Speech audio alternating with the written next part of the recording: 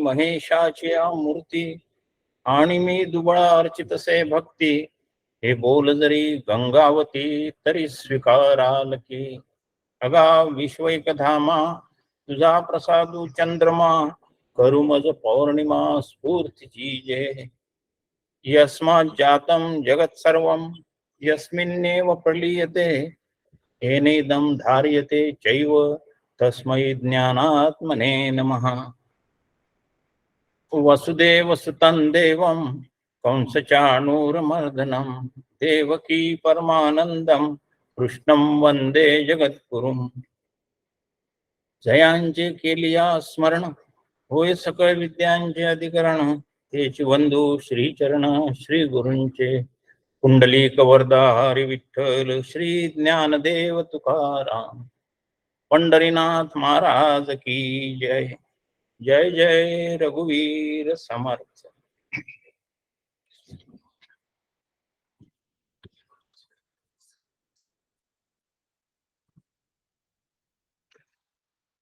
काल आपण वेद वाङ्मयाचा काही विचार केला इथे.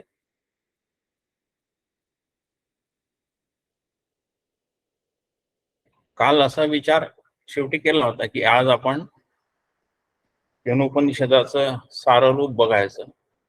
परंतु थोडस असं लक्षात आलं की उद्या जो विषय घ्यायचा आहे यज्ञाचा आणि अथर्ववेदाचा तो कालच्या विषयाशी जास्त संबंधित असल्यामुळे आज आपण यज्ञ संस्था हा विचार आणि अथर्व वेदाचा जो एक महत्वाचा विचार आहे जो या वेदांच्या परिचयाशी संबंधित आहे तो आज करूया. आणि मग उद्या आपला या यज्ञाचा शेवटच आहे आणि मग शेवटी पूर्ण केनोपनिषदाचा एक थोडासा धावता आढावा म्हणूया आपण. कारण आपण नंतर मग नवरात्र ज्या दिवशी बसते त्या दिवशीपासून घटस्थापनेपासून याचा सविस्तर विचार आपण करणार आहातच. म्हणून आज आपण सुरुवातीला यज्ञ हा शब्द आणि यज्ञ संस्था काय आहेत या संबंधी शास्त्रामध्ये त्याचं जे काही विवेचन आलं आहे त्याचा आपण संक्षिप्तताच विचार म्हणावा लागतो. कारण हे इतके मोठे विषय आहेत थोड्या वेळात त्याचं कधीच पूर्ण होणं शक्य नाहीये. ज्याचा अभ्यास करण्यासाठी ऋषीमुनींनी आयुष्य घालवलं त्याचा विचार आपण किती वेळ करणार शेवटी, नाही का?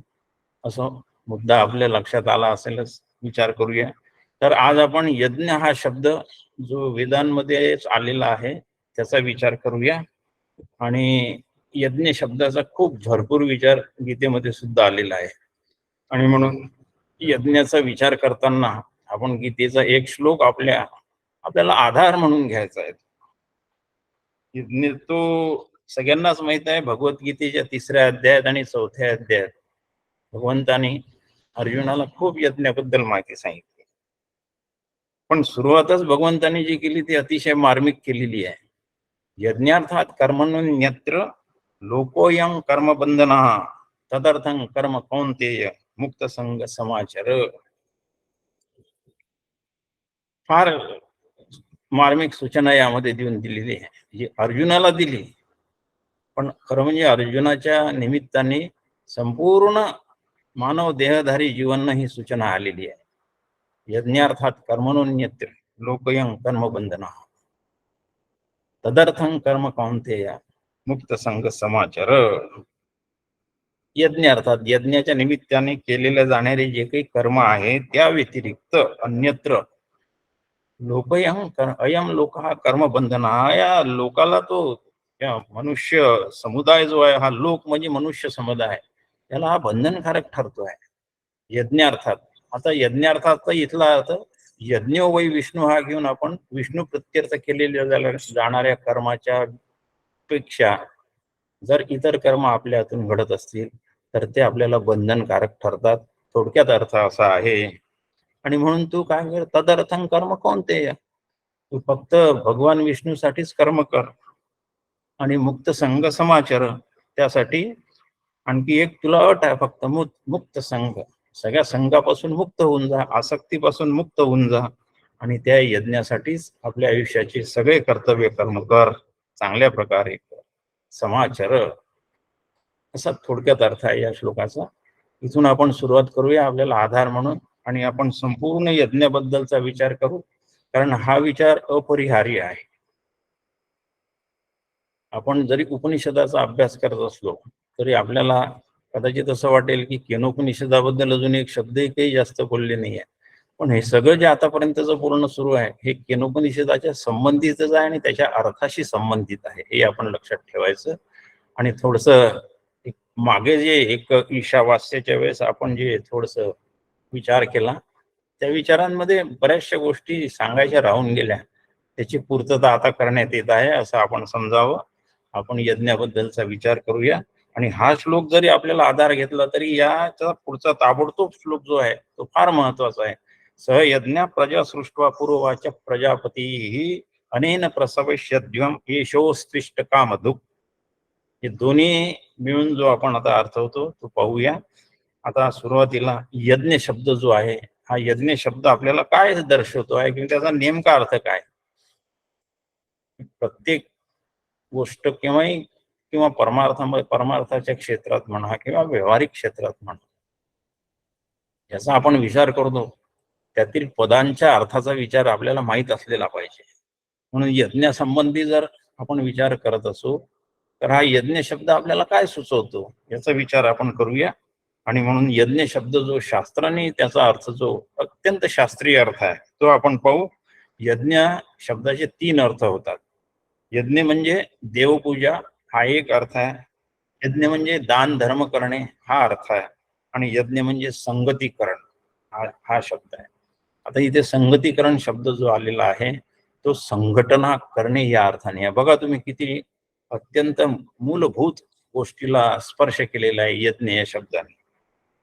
देवपूजा, देवपूजेमध्ये संपूर्ण जो आपला विहित कर्माचरणाचा भाग येतो तो यज्ञच आहे. नंतर दान, दान शब्दामध्ये तर फार मोठा अर्थ आहे. दान शब्दाचा अर्थ त्याग असा आहे.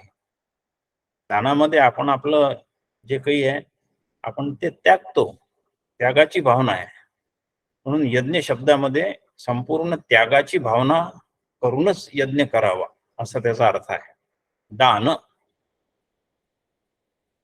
दान धर्म असा शब्द आपल्या व्यवहारामध्ये प्रसिद्ध आहे आणि खूप म्हणजे उदार लोक आहे हो दान करणारे आपल्याला व्यवहारात खूप दिसतात आहे. सगळ्या गोष्टीचं दान आहे. धनाचं दान करणारे, विद्येचं दान करणारे, सगळ्या गोष्टीचं दान करणारे. धनाचं दान सगळेच करतात, कारण काय, धनाने सगळ्या वस्तू विकत घेतल्या जातात आणि म्हणून धनाचं दान केलं म्हणजे सगळ्या वस्तूचं दान केलेलं आहे असा अर्थ त्यामध्ये अंतर्भूत होतो. लक्षात ठेवायचं फार महत्वाचं आहे. म्हणून सर्वसाधारण दान शब्द आला म्हणजे आपण मंदिराला काही देणगी देणे, पावत्या फाडणे वगैरे वगैरे असं, पण बरोबर आहे, तो काही चुकीचं काहीच नाही आहे त्यामध्ये. मंदिराला आपण जे पैसे देऊ त्या पैशामध्ये मंदिर त्यांच्या आवश्यकतेसाठी ज्या काही त्या पूर्तता करण्यासाठी त्या वस्तू विकत घेतील, म्हणजे त्या वस्तूचं दान करणं झालेलं आहे. आणि त्यांना आवश्यक असलेल्या वस्तू म्हणजे त्या दानाला आणखी अर्थ येतो. असा एक अत्यंत सूक्ष्म खोल अर्थ असतात शब्दांमध्ये. शब्दाच्या अर्थाची खोली खूप असते, प्रत्येक शब्दाच्या अर्थाची खोली खूप असते असं. आणि तिसरा संगतीकरण असा यज्ञ शब्दाचा अर्थ आहे. संगतीकरण, संगतीकरण म्हणजे संघटना बांधणे, एकत्र येणे. आपलं जे विशेष करून वेदाचे जे 2 भाग आपण बघितले, त्याचा एक ज्ञानकांड आहे आणि दुसरा आहे कर्मकांड. या कर्मकांडामध्ये या संगतीकरणावर खूप बल दिलेलं आहे. मनुष्य जातीला आदेश आहे तुम्ही संघटित व्हा, संघटितच व्हा. संघटनेमध्ये खूप शक्ती आहे, आपल्याला सांगण्याची गरज नाही. युनिटी इज स्ट्रेंथ, आपण नेहमी हे वाक्य ऐकत असतो, ते त्यामध्ये आहे. संघटित व्हा, संगतीकरण. मग आता हे व्यावहारिक याच्यामध्ये ठीक आहे, पारमार्थिक याच्यामध्ये संघटन करायचं. कशाचं करायचं आहे? सर्व सात्विक विचाराचं संघटन करायचं आपल्याला. आणि त्या कशाचा करायचा आहे? तर सर्व जे असात्विक आहे, रजोगुणी तमोगुणी, त्याचा त्याग करायचा आहे. लक्षात ठेवायचं. हा यज्ञ ठरणार आहे मग असं जर आपण केलं तर. आणि म्हणून या बघा हा अर्थ समोर ठेवून समर्थांनी एक खूप मोठं साध्या मनाच्या श्लोकामध्ये म्हणलं, सदाचार हा थोर सांडू नयेत. समर्थ वाङ्मयाचं हे महावाक्य म्हटलं तरी चालेल. इतकं इतकं त्यामध्ये गंभीर अर्थ आहे. सदाचार शब्द वापरला त्यांनी फक्त बस. मग त्यामध्ये जे काही निषेधात्मक आहे, दुराचार वगैरे, हे आपोआप बाजूला सारले गेले. यज्ञ करून घेतला समर्थांनी आपल्याला. सत्विचाराचं संघटन करा, सगळे सत्विचार एकत्र करा आणि तेथे पाहिजे सत्वाचे सामर्थ्य. संत म्हणतातच आहे हो, तिथे सामर्थ्य निर्माण करते. विचारांचं सामर्थ्य ज्याच्यात झालं ना, जगामध्ये त्याला कोणी पराभूत नाही करू शकत. तरी आज जगाची जी स्थिती सुरू आहे, ती स्थिती आपण म्हणतो की जगातली जी लोकसंख्या आहे ती करता, पण तसं नाही आहे. या लोकसंख्यांना प्रभावित करणारे विचारच जगाला चालवत आहेत. आणि उपनिषदांनी आणि वेदांनी हा विचार केला म्हणून ते संगतीकरण नावाचं त्यामध्ये यज्ञामध्ये घेतलेलं आहे. असो, हे यज्ञाचा हा मुख्य विचार केला. यज्ञाच्या आणखी बाकीचे शब्दाचा विचार करू आणि मग आपण त्याच्या मुख्य अर्थाकडे वळूया. यज्ञ शब्द हा जो सुरू झाला, हा यज्ञ शब्द त्रेतायुगामध्ये विशेष करून याला उजेडात आणलेला आहे. आणि तेही शतपथ ब्राह्मण नावाचा यजुर्वेदाचा ब्राह्मण भागातला ग्रंथ जो आहे, त्या भागामध्ये यज्ञ संबंधी खूप विस्तृत माहिती आलेली आहे. आणि सगळे यज्ञ संस्था विकसित झाल्या त्या त्रेतायुगामध्ये.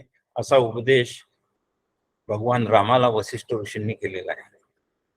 रामा, तू सगळे यज्ञ कर बाबा, यज्ञापासून वंचित राहू नको. आणि हा उपदेश योग वसिष्ठामध्ये आलेला आहे, रामाला केलेला. असा यज्ञ शब्दाचा हा मुख्य अर्थ बघितला. यज्ञ शब्दाचे खूप अर्थ आहे, आणखी खूप आहे. आता आपण थोडासा हा शास्त्रीय भाषेमधला अर्थ सोडून इकडे व्यावहारिक सत्तेमध्ये येऊया आणि यज्ञ शब्दाचा अर्थ करू. जीव व्यवहारामध्ये कर्म केल्याशिवाय क्षणभरही राहत नाही. भगवान स्वतःच म्हणतात आहे, नाही कश्चित क्षणमपि जातु तिष्ठती अकर्मकृत. आहे सगळ्यांना माहित आहे.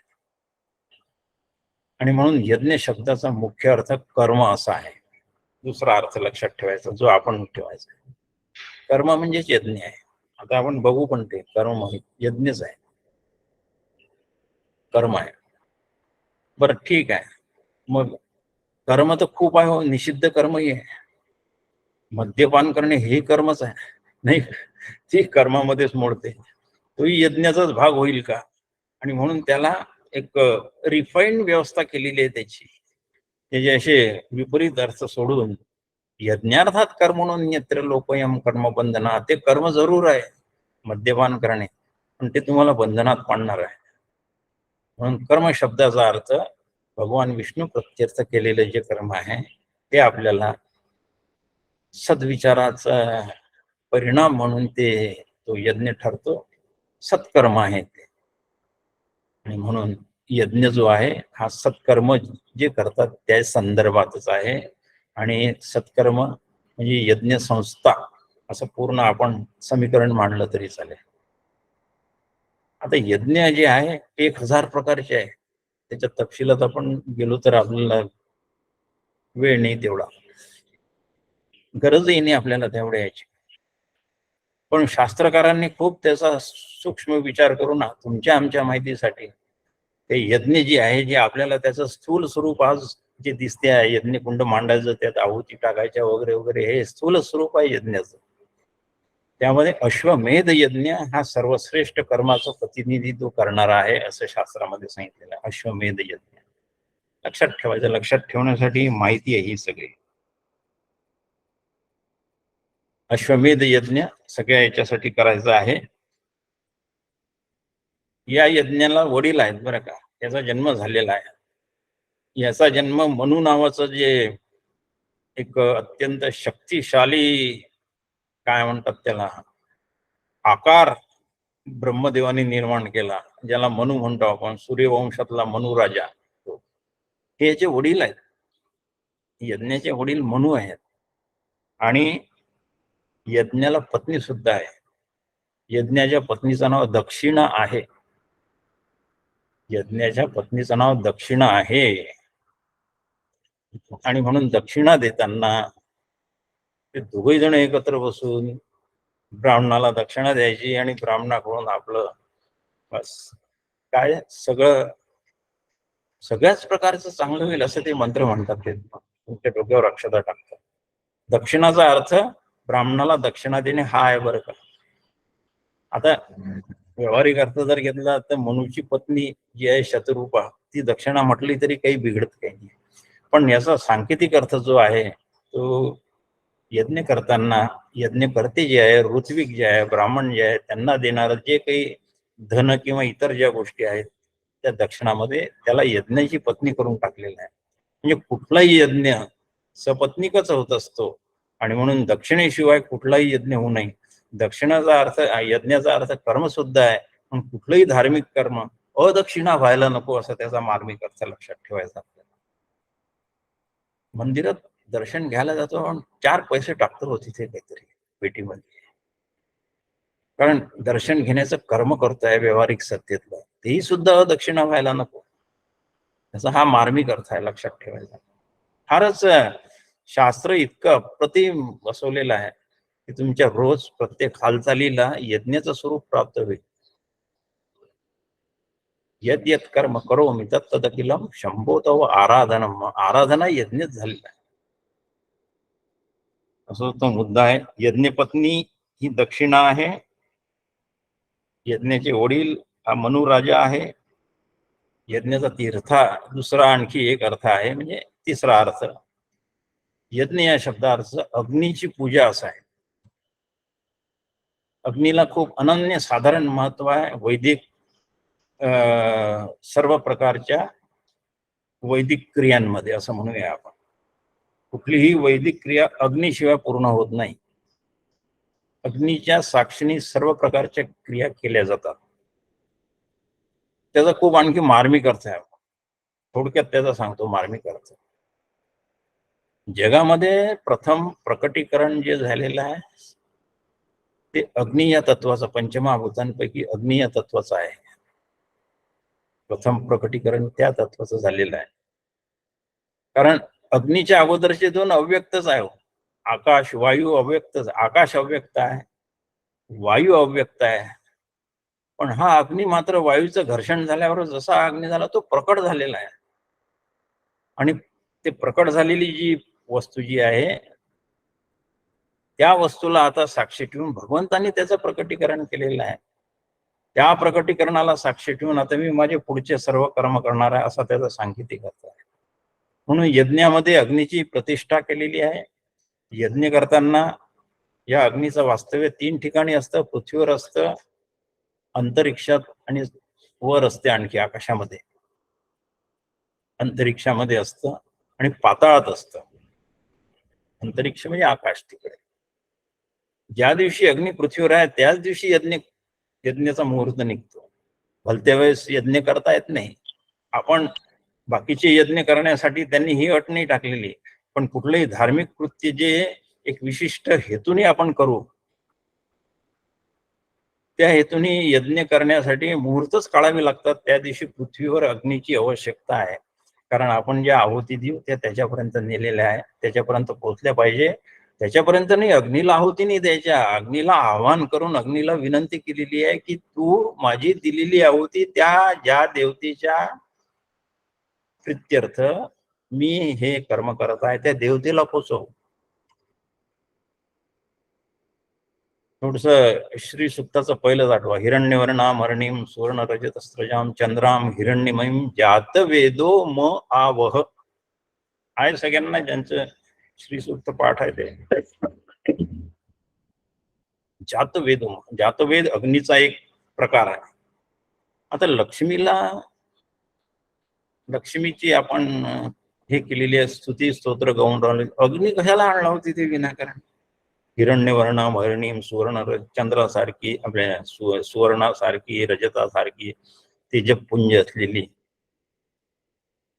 जी आहे हे अग्नी, हे जातवेदा ह्या माझ्या याच्यासाठी तुझी जी मी आता स्तुती करतोय लक्ष्मीला आवाहन कर. जातवेदाला सांगितलं जात वेदो माझ्यासाठी लक्ष्मीला आण इथे, असं मुद्दा काय लक्षात, काहीही करा या अग्नीलाच आपल्याला हे करावं लागते. म्हणून यज्ञ म्हणजे अग्निपूजा हा त्याचा तिसरा अर्थ झालेला आहे. आणि हे अर्थ पुष्कळ आहे आणखी त्याचे, यज्ञाचे अर्थ पुष्कळ आहे, पण आपल्याला माहितीसाठी एवढे पुरे आहे. अशा या अग्निसहितच या सृष्टीची निर्मिती केलेली आहे. अग्निसहित म्हणजे यज्ञासहित. सहयज्ञ प्रजा सृष्टवा पूर्वाच प्रजापती अनेन प्रसविष्यभ्यम एषोस्तिष्ठ कामतो. याच्याच पुढचा आहे तिसऱ्या अध्यायामधला 10वा श्लोक. अर्जुनाला सांगत आहे, भगवान स्वतः सांगत आहे, सहयज्ञ प्रजा सृष्टवा. ही प्रजेची निर्मिती मी यज्ञाबरोबर केलेली आहे बाबा अर्जुना. बिलकुल प्रजा शब्द आहे तिथे. प्रजा शब्द फार व्यापक आहे. प्रजा शब्दामध्ये मनुष्य, स्थावर, जंगम, जड, चेतन, जीवसृष्टी, पशु, पक्षी, मानव, मानवेतर देह, हे सगळं आलेलं आहे. प्रजेमध्येच येतात ते सगळे. जे जे निर्मित होतं ते प्रजा, ते प्रजा त्याच्यासहित भगवंताने निर्माण केले. त्यांना आज्ञा केली, तुम्ही यज्ञ करा, यज्ञ करा तुम्ही. आणि आज्ञा केली यज्ञ करा, तर झालं. सगळ्यांनी आज्ञा पाळल्या हो त्याच्या. जे निर्मिती केली भगवंताने सृष्टी निर्मितीच्या वेळेस आज्ञेसहितच केलेली आहे. तुम्हाला मी यज्ञासहित निर्माण करतो. आणि त्याच प्रशविश्वध्वम हा जो फार सुंदर श्लोक आहे, याचा अर्थ सगळ्यांनी लक्षात ठेवायचा. कल्पाच्या पूर्वी यज्ञाच्या बरोबरच प्रजा निर्माण करून प्रजापती ब्रह्मदेवाने तुम्ही लोक जे आहे या यज्ञाच्या द्वारा प्रसविश्वध्वम आपली प्रगती करून घ्या. आपल्या उत्कर्षाच्या, आपल्या प्रगतीचा, प्रगती शब्दामध्ये सगळ्या प्रकारची प्रगती आली, सगळ्या प्रकारचा उत्कर्ष आला. व्यावहारिक सत्तेतली प्रगती अभिप्रेत आहे आणि पारमार्थिक सत्तेतली प्रगती सुद्धा अभिप्रेत आहे. दोन्ही प्रकारच्या प्रगती तुम्ही आपल्या करून घ्या, कारण हा यज्ञ तुम्हाला इष्ट भोग देणारा हो, इष्ट कामधुक असतो तो ठरो. हा यज्ञ तुम्हाला इष्ट फळ प्राप्त देणारा हो. पहिलेच सांगून सुरुवातीला यज्ञ बाकी तपशील सांगायच्या अगोदर असा हा यज्ञ आहे, तो तुम्हाला तुमच्या सर्व कामनांची पूर्ती करून देणारा आहे. आणि म्हणून जवळपास 1000 प्रकारचे यज्ञ तयार झालेले आहे. आणि कुणालाही जर आता आपली प्रगती व्हावी, व्यावहारिक सत्तेत असू द्या किंवा पारमार्थिक सत्तेत असू द्या, तर त्याला यज्ञ करावा लागेल, त्याशिवाय पर्याय नाही. आणि आज आपल्याला असं दिसते आहे, आता सध्या कलियुग आहे, म्हणून आपल्याला असं दर्शन आहे हो, की मनुष्य सोडून बाकी सर्व परमेश्वराने निर्माण केलेली आहे, हे यज्ञाचं निमूटपणे पालन करत आहे. अत्यंत निमूटपणे पालन करतात आहे यज्ञाचं. म्हणजे वेदाज्ञेचं पालन आहे. श्रुती स्मृती ममैवाज्ञे, या माझ्या आज्ञा आहेत. आणि ब्रह्मदेवाने जे जे निर्माण केलं त्यामध्ये हा मनुष्य सोडून शब्द म्हटला मी लक्षात ठेवायचा. मनुष्य सोडून सगळे निमूटपणे त्याचं. वाघ मांसाहारी आहे, तो गवत कधीच खाणार नाही, कधीही खाणार नाही. जे जे शाकाहारी प्राणी निर्माण केलेले आहे, अत्यंत शक्तिशाली, हत्तीची शक्ती कल्पना करा, तो मांसाहारी नाही आहे, त्याला शाकाहारी बनवलं. पण शाकाहारी लोकांनी शक्तीसाठी मांसाहार करण्याची गरज नाही हे सूचित केलेलं आहे. सूचित केलेलं आहे, काही गरज नाही आहे. खूप शक्तिशाली प्राणी जे आहेत ना, आपल्याला ते शाकाहारीच दिसतील. मुद्दा लक्षात ठेवायचा. सगळं मनुष्य तर सर्व सृष्टी या परमात्म्याच्या आज्ञेचं निमूटपणे पालन करून राहिली आहे. ते स्वभावतः यज्ञ करतात आहे, स्वभावच बनवून टाकला त्यांचा यज्ञ करण्याचा. भगवंताने दिलेल्या नियमाचं पालन करतात म्हणून ते सुखात आहेत. त्यांच्या योनीमध्ये, त्यांच्या याच्यामध्ये ते सुख भोगतात आहे. त्यांना फारसे जे आपल्याला जेवढ्या रोगराई आपल्याला होतात ना, ते कधीही प्राणी दिसते का तुम्हाला कुठे प्राणी आजारी पडलेले किंवा हे क्वचित पडतात. प्रारब्धाचा भाग सोडून देतो. आणि ते जे प्राणी आजारी पडतात ना, त्यांच्या शरीरात एक मोठा हॉस्पिटलही भगवंताने निर्माण करून ठेवलेलं आहे. सगळी त्यांना ज्ञान आहे, कोणती वनस्पती केव्हा खाल्ली म्हणजे त्यांना त्याच्या रोगाचं आहे. तेव्हा त्यांना जखम झाली तर ते आपल्या जिभेने चाटतात. त्यांची लाळ आणि आपली सुद्धा लाळ, बरं का, आता विषय निघाला म्हणून त्याचा उल्लेख करतो.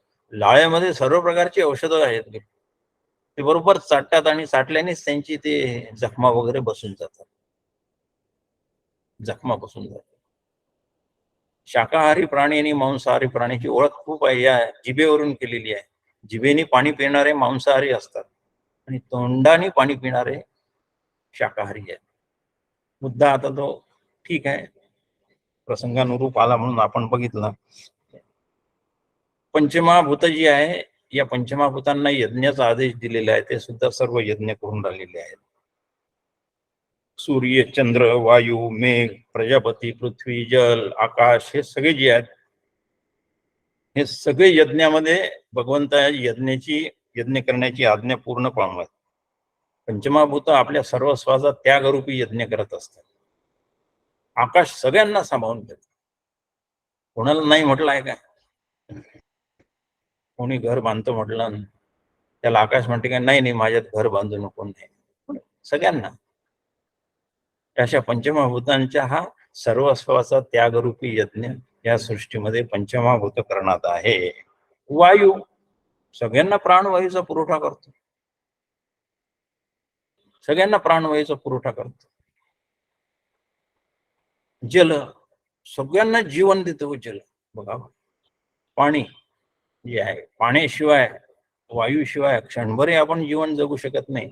पण या पंचमहाभूतांना आज्ञा आहे, तुम्ही सर्व जे मी निर्माण केलेलं आहे त्यांचं जीवन चांगलं इथे व्यवस्थित सुरक्षित राहील, सुखाने राहील, यासाठी तुम्ही त्यांना ते जीवन म्हणजे पाणी त्यांना पुरवठा करा. वायूला सांगितलं प्राणवायूचा पुरवठा करा, कुठेही जा प्राणवायूचे सिलेंडरने घेऊन जात आपण बरोबर, नाही का? नाही, फुकट आहे, भगवंतांनी फ्री व्यवस्था केलेली आहे. सध्या फ्री देण्याचं युग आलं आहे ना, हे फ्री ते फ्री, बस. भगवंतांनी हे सगळ्यात सुरुवातीलाच केलेलं आहे की सृष्टी निर्माण करताना सगळं फ्री करून टाकलेलं आहे देवाने. घ्या माझ्याकडून, मी तुम्हाला सगळं भरपूर निर्माण करून दिलेलं आहे. आणि हे जे मनुष्य, तर जेवढी सृष्टी आहे भगवंताच्या आज्ञेचं पालन करतात म्हणून ते सुव्यवस्थित आहे. त्यांची स्थिती यज्ञावर अवलंबून आहे. ते यज्ञ कार्य परमेश्वराच्या आज्ञेने पार पडतात म्हणून व्यवस्थित सुरू आहे. मनुष्य मात्र तसं करत नाही. आता मनुष्याकडे येऊ, आणि म्हणून हा बिघडला आहे. आम्ही बिघडलो, दुसऱ्या अर्थाने तुकाराम महाराजांचा अभंग, तो पण बिघडला आहे खरं तर. आम्ही बिघडलो असं नाही म्हणायचं, आम्ही बिघडलो. बी आणि घडलो वेगवेगळे नाही करायचे. मनुष्याच्या बाबतीत तो बिघडलेला आहे, अगदी काही तो करतच नाही. या यज्ञ जर मनुष्याने केले तरच या जगाची स्थिती चांगली राहते. संपूर्ण जगाची सुव्यवस्था यज्ञावर अवलंबून आहे. यज्ञावर जग सुरू आहे, आणि यज्ञावर जग केले, आणि यज्ञ केल्याशिवाय आपण एक क्षणभरही राहू नका असा परमात्म्याचा आदेश आहे. मग आता यज्ञ केल्याशिवाय क्षणभर राहायचं नाही, मग ते यज्ञकुंड घेऊन फिरायचं का सगळीकडे? असे विपरीत अर्थ करणारे खूप लोक असतात, तरकटी असतात ना आपल्या याच्यामध्ये, असे प्रश्न विचारणारे असे असतात. ते सगळे असे निर्माण होतील भगवंताला माहित आहे, त्यांनीच निर्माण केलेले आहे, त्याच्यामुळे त्याला माहित आहे हे सगळे, पण त्या प्रश्नाची उत्तरे देऊन ठेवलेली आहे. म्हणून कुठलंही यज्ञाचं साहित्य नसताना तुम्ही अत्यंत सुंदररित्या सगळे यज्ञ पार करू शकता, अशी व्यवस्था भगवंतांनी करून दिलेली आहे. स्थूल जर नसेल ठीक आहे, मानसिक यज्ञ तर करू शकतो आपण, नाही का? मनाने समिधा एकत्र करणारा कोण अडवत आहे तुम्हाला? तुम्ही एसटी मध्ये बसलेले आहे, कसा यज्ञ कराल असं जर एखाद्याने प्रश्न विचारला तर त्याला सांगा मानसिक यज्ञ कर बाबा, तुला कोणी अडवलं? चला आपण. आणि भगवंताने त्या यज्ञाचं स्वरूप आणखी खूप कमी करत करत करत करत इतकं आणलेलं आहे की फक्त माझं नावच घ्या, तो तुमचा खूप मोठा यज्ञ ठरणार आहे. बस माझं स्मरण करा, खूप मोठा यज्ञ आहे हा. या यज्ञाचं फल किती मोठं आहे? स्मरण, यस्य स्मरण मात्रेन जन्म संसार बंधनात विमुच्यते, आहे ना, तो यज्ञ आहे. आणि आपण जप करतो की नाही सगळ्यांना, भगवंतानी शेवटी सांगितलंच आहे. आता सगळे तपशील आपल्याला घेणं शक्य नाही आहे. यज्ञानाम जपयज्ञ, कुठं लागलं का काही? समिधा लागल्या, कुंड लागलं, ऋत्विक लागले, ब्राह्मण लागले, काही नाही. यज्ञानाम जप यज्ञ, माझ्या नावाचा जप हा सर्वश्रेष्ठ, ते माझी विभूती आहे, मी त्याच्यामध्ये आहे, मी त्यामध्ये दावा अध्याय माहित आहे सगळ्यांना. आपण सगळंच केल्याशिवाय. सूर्याचा यज्ञ पहा. सूर्य हे पंचमहाभूत सर्व क्रिया जगाच्या हितासाठी, सर्व भूत हिते रता, एवढंच करतात. सर्व भूत हिते रता ह्या त्यांच्या क्रिया करतात. वायूचा यज्ञ चालतो, तो वनस्पतीला प्राण देतो. जलाचा यज्ञ मनुष्याला जीवन देतो. मेघ आपल्यात असलेले सर्व जलबिंदू पृथ्वीवर सोडून देतो. सर्वस्वाचा त्याग करणे हा त्याचा यज्ञ ठरलेला आहे.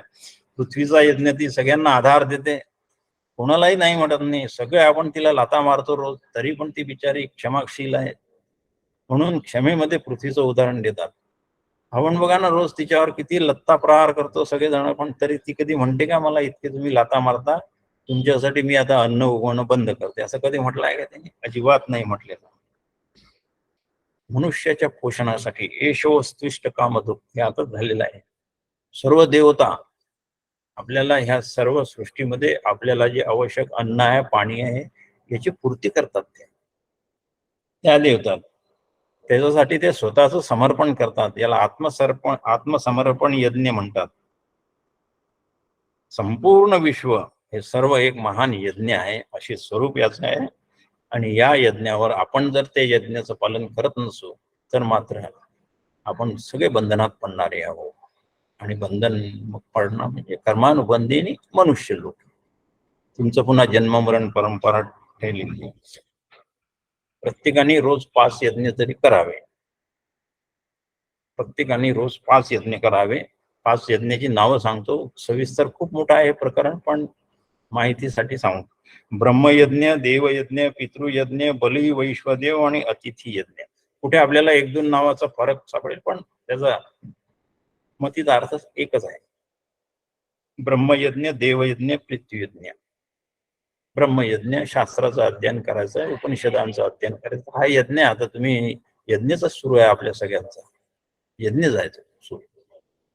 देवयज्ञ, देवी देवतांचं पूजा अर्चन करायचं, यज्ञ याग करायचे, त्यांना आहुती द्यायचा, हा यज्ञ. पितृयज्ञ, पितृतर्पण, पितृपक्ष सुरू आहे आता.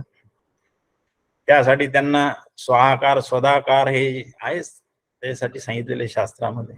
ते सगळं करायचं. या 15 दिवसात सगळे पितर पृथ्वीवर जमतात बरं का, आपापल्या घरी येतात. त्या त्या तिथीला, ज्या तिथीला ते मराठी महिन्याच्या संवत्सरिक तिथीला गेलेले असतात, त्याच तिथीला या पितृपक्षात ते आपल्या घरी येतात. स्वागत करा त्यांचं, त्यांना भोजन द्या. ब्राह्मणाचं मुख इतकं मोठं आहे की त्या मुखात काही टाका तुम्ही, त्या त्या व्यक्तीपर्यंत ते पोचते. म्हणून ब्राह्मणाला ब्राह्मण भोजन घालायचं विधी दिलेला आहे शास्त्राने. ब्राह्मणस्य मुखमासीत. ब्राह्मण भोजन करा, तर्पण करा, त्यांचे मंत्र निर्माण केलेले आहे, त्यांना तृप्त करा. ते तृप्त झाले तर आपली येणारी प्रजा सुप्रजा निर्माण होईल. सदाचार करणारी प्रजा निर्माण होईल, सात्विक प्रजा निर्माण होईल. पितृयज्ञ, पितृतर्पण रोज तर्पण करण्याचा आदेश आहे, पण ते वेगळ्या भागाने आहे. ते हे जे तर्पण आपण करतो हे कव्य कर्मातला भाग आहे. 2 प्रकारचे कर्म आहेत, हव्य कर्म आणि कव्य कर्म. हव्य कर्म म्हणजे ज्यात हवन आहे ते. कव्य कर्म म्हणजे पितरांसंबंधी केलेले कर्म, अंत्येष्टी कर्म वगैरे वगैरे येते त्यामध्ये. खूप मोठा भाग आहे तो. हे असं करा. हे 5 यज्ञ रोज करायचे. बली वैश्वदेव, वैश्वदेव करतो आपण, त्याच्याशिवाय जेवण नाही करायचं. विश्वामधले प्राणी तृप्त करायचे. किडा किटकुल मुंगी ढेकून यांना कोणी रोज वाढणार नाही हो, त्यांना स्वयंपाक करून. ते मानवावर जबाबदारी दिलेली आहे. त्यांना हे करून हे करायचं, तृप्त करायचं. आणि अतिथी यज्ञ, अतिथी जो कोणी वेळेवर येईल तो भगवान विष्णू आहे, त्याला भोजन द्यायचं, किंवा त्याला काय त्याची पूर्तता आवश्यकता असेल ती करायची बस. आणि हे असे करायचे. आपल्या शरीरात खूप मोठा महायज्ञ सुरू आहे. 5 ज्ञानेंद्रिय, 5 कर्मेंद्रिय, हे सर्व इंद्रिय जी आहेत, ते प्रत्येक इंद्रिय यज्ञच करत आहे. हे सगळे इंद्रिय यज्ञ करत आहे. म्हणून यज्ञ केल्याशिवाय तुम्ही राहू नका. यज्ञ केल्याशिवाय जर राहाल तर त्याचं फार मोठं वाईट फळ आहे, असं भगवान गीतेमध्ये सांगतात आहे. वाचूनच दाखवतो तो श्लोक.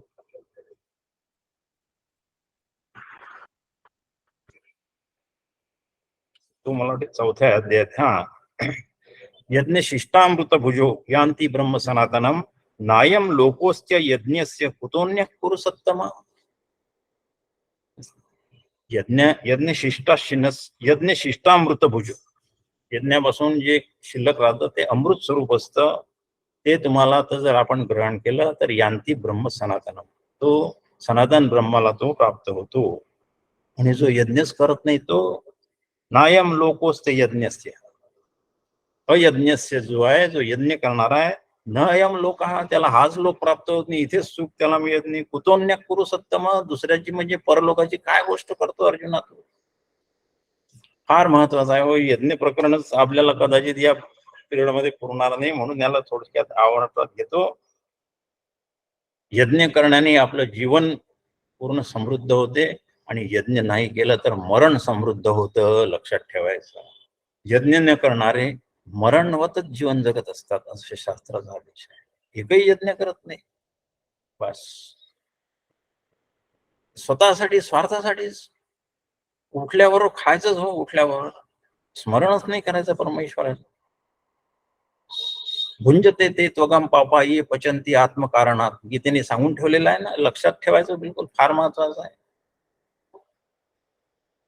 यज्ञामध्ये अवशिष्ट झालेलं अमृत आहे, ते तुम्ही खा, तुम्हाला ब्रह्माची प्राप्ती आहे, काही अनायसे प्राप्ती आहे बिलकुल.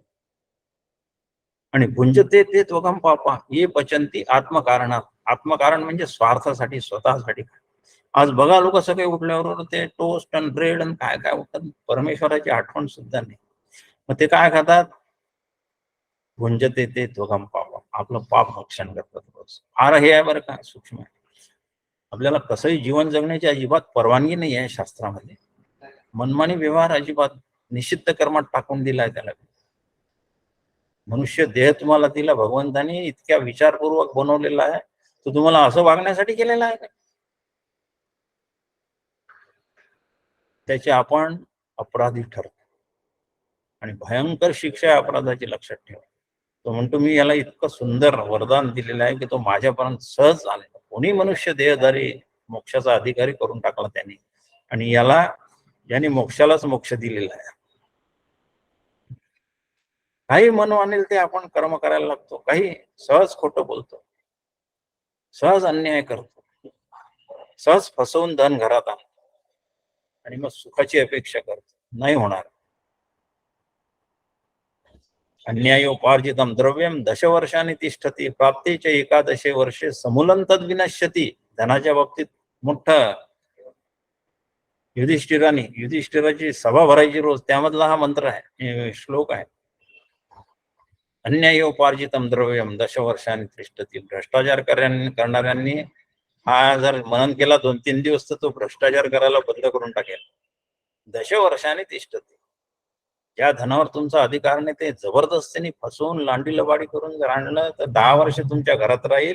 प्राप्तीच्या एकादशे वर्षे 11वं वर्ष लागेल की समूलं तद विनश्यती, व्याजासहित बाहेर पडेल. यज्ञ न करण्याचे परिणाम, न अयम लोका, याच लोकात सुख नाहीये. पोरगा दारू पिणारा निघतो, बापाची संपत्ती उधळून देतो, सगळं त्याला वाटेल ते काय, सगळेच प्रकारचे व्यसन लागतात. मुद्दा आपण जाऊ पुढे, सगळ्यांना माहित आहे ते. म्हणून हा आत्मसर्पण रूपी यज्ञ जो आहे, आत्मसमर्पण रूपी म्हणजे त्याग करायला सुचवतात. आणि आपलं उपनिषद झालेलं आहे, ह्या जगाचा भोग तुम्हाला त्यागाच्या भावनेने करायचा. तेन त्यक्तेन भुंजित मा हृदक कस्य स्विद्धनम ईशावास इदं सर्वम यत्किंच जगते आदिजगत. पहिलाच मंत्र जो आपण अगोदर शिकलेले आहात. असो, आपल्या शरीरामध्ये 7 ऋषी बसलेले आहेत, भगवंताने ती व्यवस्था केलेली आहे. आणि ते ऋषी जे आहेत ते आपल्या शरीरामध्ये जे यज्ञ करण्याचं जे स्थान आहे त्याचं रक्षण करतात आहे, त्याचं रक्षण करतात आहे. ही इंद्रिय आहेत, आणि म्हणून या इंद्रियांबद्दल आपल्याला यज्ञ करावेच लागतील. आपली इंद्रिय ऋषी बनतील असं करणे म्हणजे हा त्यांच्या प्रित्यर्थ केलेला आहे. आपल्या इंद्रियांना ऋषी करायचं आहे आपल्याला. ज्ञानेंद्रियांनी काय डोळ्यानं काही पाहत बसायचं का? असं नाही दिलेलं. भद्रम पश्चिम जे आहे भद्र जे तेच पहा. याचा अर्थ भद्र आहे जगामध्ये तेच पहा असा त्याचा आदेश आहे. आपण अभद्र करतो आणि पाहतो, सगळंच अभद्र सुरू असते आपल्याकडे. काही त्याला हेच नाही आहे. या सर्व ज्ञानेंद्रियांना ज्या दिवशी आपण ऋषी बनू त्या दिवशी आपला खरा यज्ञ सिद्ध होईल. आणि यज्ञ हा मनुष्याचा स्वभाव धर्म बनला पाहिजे असं आपल्याला यज्ञ आपला स्वभाव करून टाकायचा. मग आपोआप यज्ञ स्वभाव असला की यज्ञ होतो की नाही. आपला जो स्वभाव असतो ती गोष्ट आपण काही कुठलंही रिमाइंडर न देता करत राहतो की नाही. एक उदाहरण देतो, फारसं बरं नाही, पण हे मद्यपी लोक आहे, यांना ते दुकानं कुठे आहे सांगण्याची आवश्यकता आहे का? बरोबर त्यांचे पाय तिकडे वळतात. स्वभाव दुरतिक्रमा, त्याचं अतिक्रमण होऊच शकत नाही. त्यांचा स्वभाव पडलेला आहे. आपल्या आवडीची वस्तू कुठे आहे त्यांना माहित असते आणि त्यांनी त्या स्वभाव बनवून टाकले. या शरीराला ते इंद्रियांना तशीच सवय लावली, बरोबर त्या दुकानात घेऊन जातात त्यांना. तसा यज्ञ जिथे सुरू आहे तिथे त्या सत्संगामध्ये या शरीराला घेऊन जाण्याचा स्वभाव आपल्या ज्ञानेंद्रिय आणि कर्मेंद्रियांचा काही फार मार्मिक अर्थ आहे. सगळे शास्त्र वचन गंमत नाही आहे, फार मार्मिक अर्थ आहे. म्हणून हा यज्ञ आपल्याला सगळं करायचा आदेश दिलेला आहे. बरं, हा आदेश माऊलींनीच दिलाय बरं का. माऊलींनी हे बघितलं की या कलियुगातले लोक उच्छृंखल होणार आहेत. सर्व प्रकारच्या काय म्हणतात विहित कर्माचा ते त्यागच करतील आणि जे कर्म आपल्याला शास्त्राने निषिद्ध म्हणून सांगितलंय ते स्वीकार करतील. वाटेल तसं करायचं. सकाळी उठल्याबरोबर स्नान नाही करता सगळ्या गोष्टी खाऊनच घ्यायच्या अगोदर. 12-1-2 वाजता स्नान करायचं. जे स्नान उठल्याबरोबर लगेच करायचं असते ते सगळे शेवटी करायचं. त्याच्या अगोदर स्नान करायच्या नंतरचे जे कार्यक्रम आहे ते सगळे अगोदर करून घ्यायचे. सगळं विपरीत उलट. सर्वार्थान विपरीत अंश बुद्धी सा पार्थ तामसी, अशी तामसी बुद्धी करून झालेली असेल. शहरी भागामध्ये हे सगळं तुम्हाला दिसते. शहरामध्ये फार वाईट परिस्थिती आहे. आता सांगत नाही, जाऊ द्या काय असं. माऊली म्हणते आपल्या जो जे जे आहे ते सगळं तुम्हाला अर्पण करायसाठी दिलेलं आहे भगवंताने. बस सगळं ते अर्पण करून टाका. ते अर्पण करून टाका आणि फार मार्मिक यावं ते सगळ्यांनी बरोबर त्याचं चिंतन करावं. आपण यज्ञ संबंधी बोलत आहोत आणि म्हणून माऊली सांगत ते हे संपत्ती जाता आगावे, हवन द्रव्य मानावे आणि मग स्वधर्म यज्ञ अर्पावे आदिपुरुषी. ही ओवी आहे 3ऱ्या अध्यायातली 130 क्रमांकाची ज्ञानेश्वरी मध्ये. हे संपत्ती जात आगावे, हवन द्रव्य मानावे, याचाच अर्थ माणसाला आपले जो जे जे आहे ते फक्त यज्ञासाठी दिलेलं आहे भगवंताने. आणि स्वधर्म यज्ञ अर्पावे आदिपुरुषी. तो आदिपुरुष परमात्मा जो आहे त्याला स्वधर्म यज्ञाचं आचरण करून त्याला ते अर्पण करा, त्याला अर्पण करा. अशा रीतीने यज्ञ संबंधीची मी याला थोडक्यात माहिती म्हणतो. थोडक्यात हे सगळे आपण यज्ञ करावे. आपल्याला ज्या शास्त्राला माहित आहे सगळे यज्ञ प्रत्येकाला शक्य होत नाही स्थूल स्वरूपातले, म्हणून त्यांनी यज्ञाचं अत्यंत सूक्ष्म जे स्वरूप आहे यज्ञानाम जप यज्ञ अस्मी, जो अखंड करता येतो, ज्याला कुठलीच सामग्री लागत नाही, हे यज्ञाची माहिती आपण इथे थांबू. आज आपल्याला थोडासा वेळ आहे तर आपण अथर्व वेदाबद्दल माहिती घेऊन घेऊ आणि उद्या मग शेवटच्या प्रकरणामध्ये ज्याचा आपण अभ्यास करणार त्याचा अत्यंत धावता आढावा. त्या श्रुतीमध्ये आपण शिरणार नाहीये, परंतु एकंदरीत सामवेद जो आहे त्या वेदाचे जे महावाक्य आहे तत्वम असी, आणि हे महावाक्याचा अर्थ कसा असा काय त्याला म्हणतात, थेंब थेंब जसे शेतामध्ये प्रत्येक वनस्पतीला दिलेलं ड्रीप इरिगेशन जे राहतं, तो अर्थ कसा प्रत्येक श्रुतीमध्ये प्रत्येक त्याच्या अर्थामध्ये कसा बरोबर आलेला आहे हे आपल्याला उद्या आपण बघू. त्या अगोदर आता यज्ञ संबंधी माहिती सांगितली तेवढी कमी आहे. आणि या यज्ञ संबंधी आपण एवढंच लक्षात ठेवायचं, सत्यम वद धर्मंच, हे फार मोठा यज्ञ आहे. सत्याचरण करायचं हा फार मोठा यज्ञ आपण रोज करायचा, तेवढं आपण करू शकतो. आणि आपल्याला आपल्या सद्गुरूंनी जे काही जप दिला असेल तो जप सतत करत राहणे महायज्ञ आहे. सगळं महायज्ञ आहे. तो महायज्ञ सगळ्यांनी करावा अशी सगळ्यांना विनंती करतो. आणि यज्ञ प्रकरण जरी पूर्ण नाही झालं तरी इथे मी आता याला कॉमा देतो, पूर्ण विराम नाही म्हणतायत त्याला, कॉमा देतो. आणि आपण आता अथर्व वेद संबंधी माहिती घेऊ, कारण उद्या आपल्याला त्या 4ही अध्यायाचा विचार करायचा आहे. कदाचित वेळ कमी पडेल किंवा आपण प्रयत्न करू हे सगळं बसवण्याचा. त्यामध्ये आपण आता एक वेद राहिलेला आहे, ज्याबद्दल मी काल आपल्याला सांगितलं होतं. तिथे अत्यंत विलक्षण वेद आहे, त्याबद्दलची माहिती सुद्धा आवश्यक आहे, कारण उपनिषद या वेदांमधूनच आलेली आहे. म्हणून हे सर्व आपण बघू. सामवेदाचं प्रकरण काल आपण बघितलं. आता थोडस अथर्व वेदासंबंधी पाहू. नाव अथर्व वेद आहे. थर्व म्हणजे हालचाल करणे, हालणे, स्थिर न राहणे. अथर्व जे स्थिर, नावामध्येच खूप सुंदर अर्थ भरलेला आहे. म्हणून याच वेदात अथर्व शीर्ष आलेला आहे.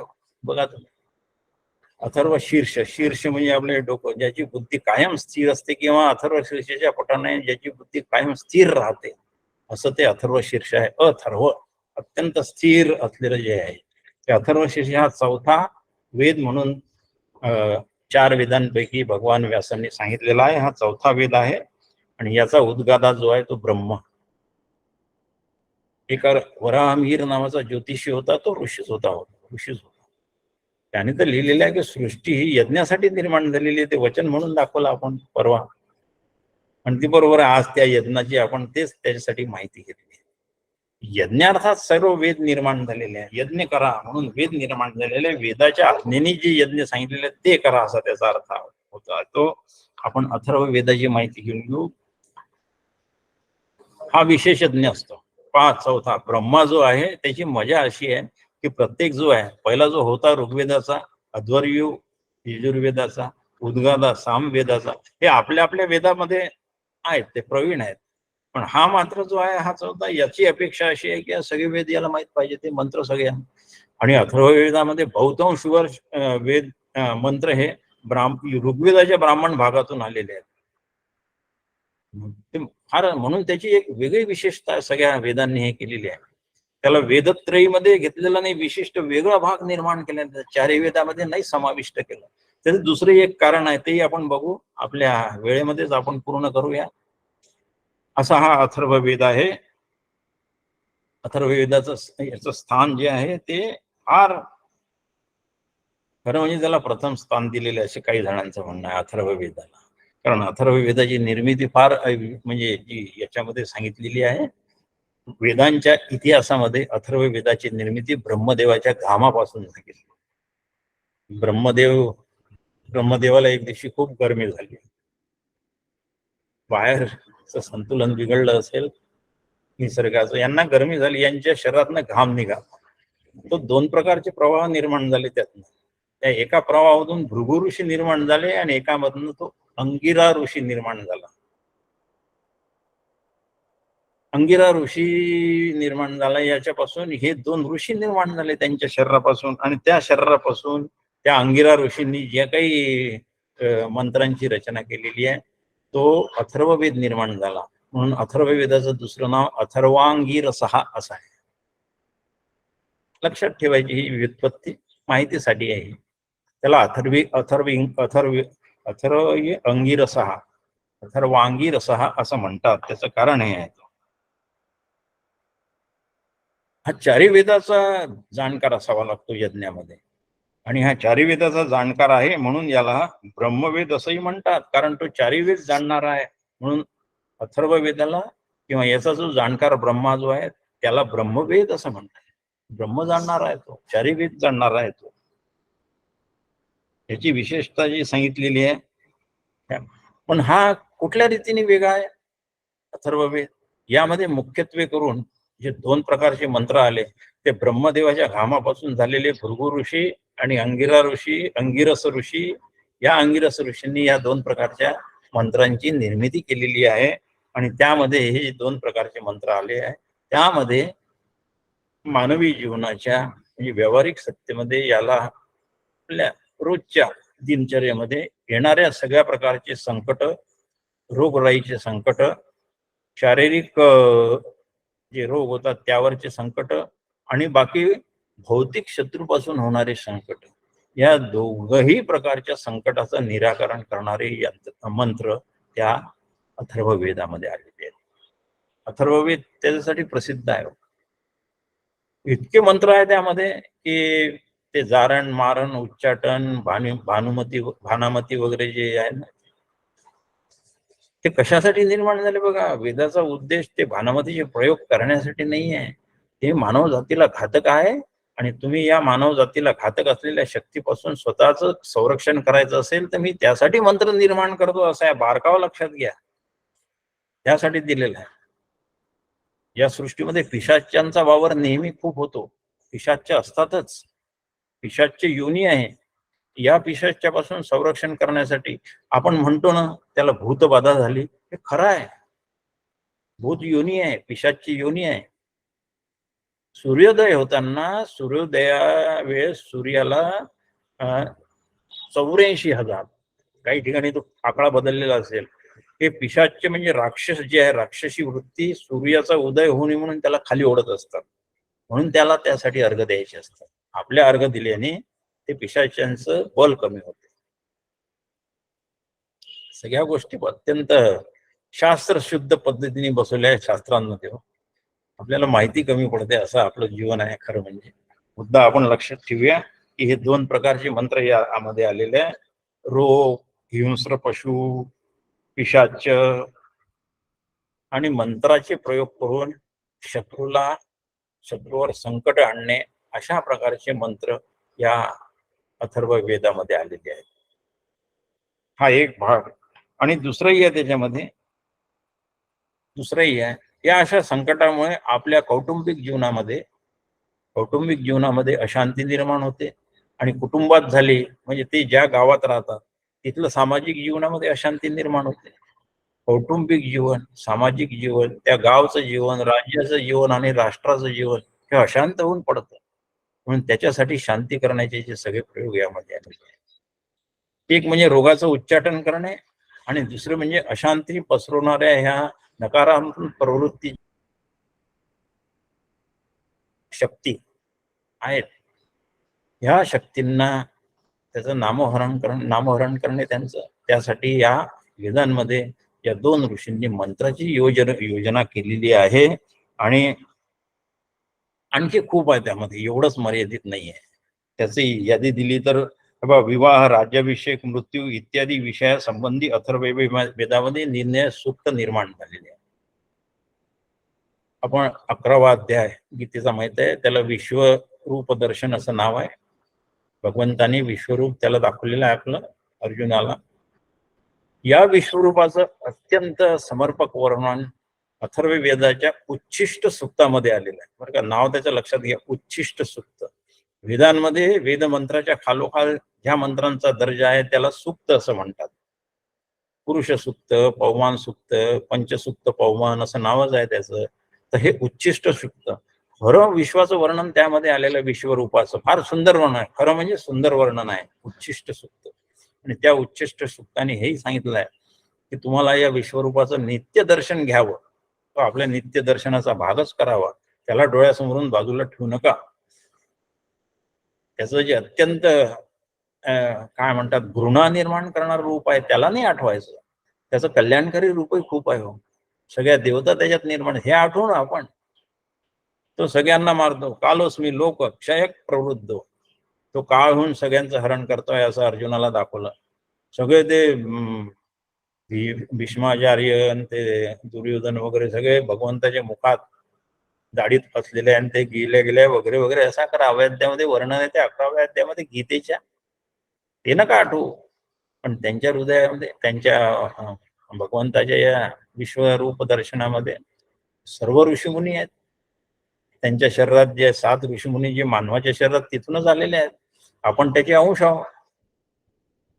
आणि याचं दर्शन घ्या, याचं दर्शन घ्या. परमात्म्याचे विराटाचं दर्शन डोळ्यासमोर आणा. त्याचं अत्यंत मनोहर सुंदर रूप डोळ्यासमोर आणा. सशंक चक्रम किरीट कुंडलम सपीत वस्त्रम सरसीरुक्षणम सारवक्षस्थल कौस्तुभ श्रियम नमामि विष्णू शिरसा चतुर्भुजम. आणा ना, हे विश्वरूपाचं ते प्रतिनिधी करणार आहे असं आणा समोर. शिवाचं वर्णन तसंच आहे. सगळं ह्याच्यामध्ये या 11व्या अध्यायामध्ये जे विश्वरूप आलेलं आहे सर्व वेदांमध्ये, सर्व सुक्तांमध्ये त्याचं वर्णन आहे. त्यामधलं हे सुक्तांशी अथर्ववेदामध्ये खूप सुक्त आहे. त्यामध्ये पुनर्जन्म, विवाह या संबंधीचे वर्णन केलेली आहे. सूर्यात्मा जगतस्तु सश्च सौर सुक्तामध्ये आलेला या सूर्याला जगताचा आत्मा मानलेला आहे. अथर्ववेदाचे 5849 मंत्र आहेत अथर्ववेदामध्ये. बहुतांश ऋग्वेदाचे आलेले एकूण. कारण ते काय आहे की त्याचं विशेष स्थान असल्यामुळे तो एकाच आणि चारही वेद त्याला माहीत असलेले पाहिजे. आणि म्हणून त्याच्यामध्ये 1200 मंत्र ऋग्वेदातले भेटतात त्याच्यामध्ये, आणि बाकी इतर वेदांची मंत्रसंख्या दिलेली आहे. हे तपशील आहे, काही एवढं आपण त्याचं माहिती नसली तरी चालते. याच्यामधले आता 2 शाखा आपल्या इथे उपलब्ध आहे. त्याच्यामध्ये महत्वाचे ऋषी म्हणजे पिप्पलाद आणि शौनक ऋषी. या अथर्व वेदांचं त्यांनी पुढे प्रसार केलेला आहे.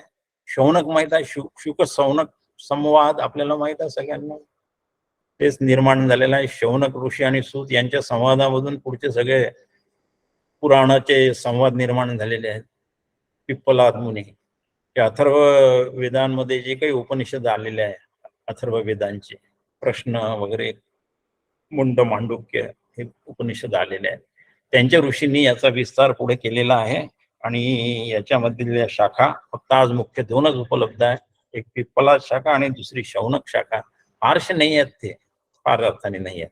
आणि अशा रीतीने हा अथर्ववेद सुद्धा एक परिपूर्ण वेद आहे. यामध्ये एक गोष्ट सांगून थांबतो फक्त, पूर्ण 3 वेद जे आहे हे मोक्षदायी आहेत. त्याच्यामध्ये मोक्षाचा विचार प्रधान आहे. या अथर्व वेदामध्ये मोक्षाशिवाय रोगाचं जारण, मारण, तारण, उच्चाटन वगैरे, भानामती प्रयोग वगैरे वगैरे सगळं आलेलं आहे. जादू टोणा त्यात आहे, जादू टोणा त्यामध्ये आहे. आणि हा आपल्याला जास्त करून बंगालमध्ये आढळतो. त्याचं कारण आहे, चित्ता जो आहे की नाही, वाघाचा एक प्रकार आहे. चित्ता शब्द आपल्याला माहित आहे. चित्ता शब्दाचा उल्लेख अथर्व वेदामध्ये, आणि तो बंगालमध्येच मिळतो. त्याचं मूळ बंगालमध्ये आहे चित्त्याचं. आणि म्हणून त्या चित्ता शब्दावरून हा बंगालचा आहे असं एक प्रकारे ते वदंता पडलेली आहे. अथर्व वेदाचे लोक सगळे बंगालमध्ये, जादूगार सगळे बंगालचे आहे. ते जादूगार लाल वगैरे जे यायचे ना आपल्याकडे लहानपणी शाळेमध्ये, ते सगळे बंगालीमधून आले. त्यांच्या जो खूप विद्या आहेत, प्रचंड विद्या आहेत. एवढ्या मंत्रां जे आहे, जे सांगितलेल्या त्या मंत्रांची संख्या जी आहे 5849. खूप विद्या आहे, छोटे छोटे विद्या. अगदी इतक्या विद्या आहे की ते माणसाचे पक्षी सुद्धा बनवू शकतात, असे त्याच्यामध्ये उल्लेख आहे. त्या भागात पडू नका. वेद सांगतो या भागामध्ये तुम्ही पडू नका, हे मोक्षदायी नाहीत. मोक्षाशिवाय इतर गोष्टी त्यामध्ये चर्चा केल्या, म्हणून त्याला या वेदत्रयीपेक्षा शास्त्रांनी वेगळं काढलं. तिथे त्याची स्थापना केली. तो सर्वश्रेष्ठ आहे, याबद्दल वाद नाही. पण हे तिन्ही जे आहे वेद, ऋग्वेद, यजुर्वेद आणि सामवेद, हे एक्सक्लुझिव्हली तुम्हाला जीव ब्रह्म ऐक्याचं निरूपण करतात. हेही निरूपण करतात, पण याशिवाय हे बाकीचंही निरूपण करतात. म्हणून त्याला थोडं वेगळं ठेवलेलं आहे. असा एक मोठा विद्वानांचा विचार प्रवाह आहे, तो आपण आता बघितला. अशा रीतीने आपण थोडक्यात वर्णन यज्ञाचं आणि अथर्ववेदाचं बघितलं. आता उद्या आपण त्या सामवेदामध्ये आपलं जे उपनिषद आलेलं आहे, त्याच्यामध्ये 4 खंड आहे. त्याचा अत्यंत धावधा, एकाही श्रुतीला स्पर्श करणार नाही. महत्वाच्या श्रुतीचा उल्लेख करून देईन, कारण आपण ते प्रत्येक अभ्यास करणारच आहात. आणि उद्या त्यावर बघू. आणखी काही जर माहिती असेल ती आपण उद्या बघू. आणि थांबूया इथे. कुंडलिक वरदा हरी विठ्ठल श्री ज्ञानदेव तुकाराम पंढरीनाथ महाराज की जय. विठ्ठल रामकृष्ण हरी माऊली. रामकृष्ण हरी. रामकृष्ण रामकृष्ण हरी. नमस्कार करते.